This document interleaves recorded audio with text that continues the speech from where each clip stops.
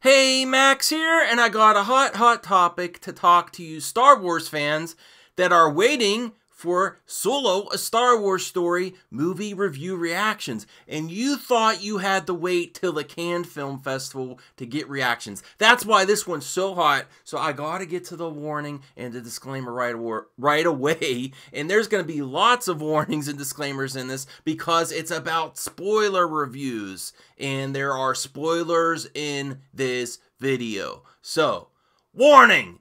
This video contains rumors, speculation, strong opinions, and a Mad Max. And it is a mess right now. Okay, so, the spoilers. Come on, review community. Spoil responsibly. This is a circus already. How can the public trust anyone and get a Kool-Aid free review? I'm actually with Campia, the OG Movie Talk cam girl on this one. Come on, Forbes. You should be ashamed of spoiling movies. The spoiling that YouTube shills want to do first. It's like spoil wars. Don't watch the rest if you do not want to be spoiled. I am not seeing Solo, a Star Wars story, because I do want to see Han and a Han Solo Star Wars story movie. I want to see Han.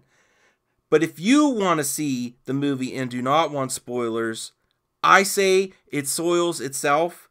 But I respect your decision, so here the spoilers come. And I think they have gone too far. McDisney and Kathleen Kennedy have gone too far with this one because what's going to be spoiled is crazy. And look, there's a little bit of a hint right in this image here, right here. Okay, first, you thought it was bad when Han isn't in the film, and that we all had a bad feeling about this. In the Star Wars movies under Kathleen Kennedy, prepare yourself for this one, viewers. We get the very first representation of robot love. Ow. That's right, Lucasfilm wanted to one-up the MCU and Star-Lord's alien love, so they laid down the gauntlet. Especially after Iron Man has raised Saber. Because Star Wars is depressing now. Hey, I know robot loving is a thing. But what happens in a galaxy far, far away stays in a galaxy far, far away. And I don't want to know about it. Especially on the silver screen when I go to a movie. Why, Disney? Why did you do this to Lando? But come on, Disney, keep it in your space pants, or in case of L337, put some pants on. What is the Lucasfilm story group even doing? Are they just sipping soy lattes and copy and pasting fan fiction for this junk? And where is the war? It's called Star Wars. Wars! Wars! Not 50 Shades of Landish Gambino. And man, does Lucasfilm want to be the MCU. The first Star Wars to have an after-credit sequence. And get this. Qi'ra, Enfy's Nest, and the Cloud Riders will return. Yeah, that's right. The worst-kept secret, Qi'ra is Enfy's Nest. And it's more of an origin story of her trilogy. You notice how little we are talking about Solo? Besides being a nomination for the worst recasting of a character in movie history, the many other characters take over his story. So Nolo on the Solo, and it's not even his Star Wars story. At least they got Chewbacca right. Have you seen his family? No wonder he wants to never go back to them. Makes total sense. For that part, at least. I can go on and on, but you can find out for yourself. I will provide a link in the description. But to have it soiled so early just really needs to show, it needs to show how it has to be better and a more genuine process for reviews. And how much they have gone down the drain. How about this, Disney? Instead of who sends the most glowing social media reaction, you shouldn't invite those reviewers back that even have a spoilers review. So, Solo, a Star Wars story, spoils itself early. But if you really want spoiled, Disney Star Wars does it all on its own, with the help of the critic community circus that is drunk on the Kool-Aid. This is my first official spoof reaction vid, and it's not only a boycott what is happening to great properties under greedy corporations, but it's also a boycott and protest to the Kool-Aid that the review community is pushing. In the review circus that Disney creates with all the manipulation of the public with premieres, social media reactions, reviews, spoiler reviews, and Rotten Tomatoes. The boycott is real. The spoof is not. So, I'm worried about you Star Wars fans because I love Star Wars. Better see Deadpool twice because Star Wars is depressing. Look at Han, look at that Nolo up there in the top. He's lost. He's depressed.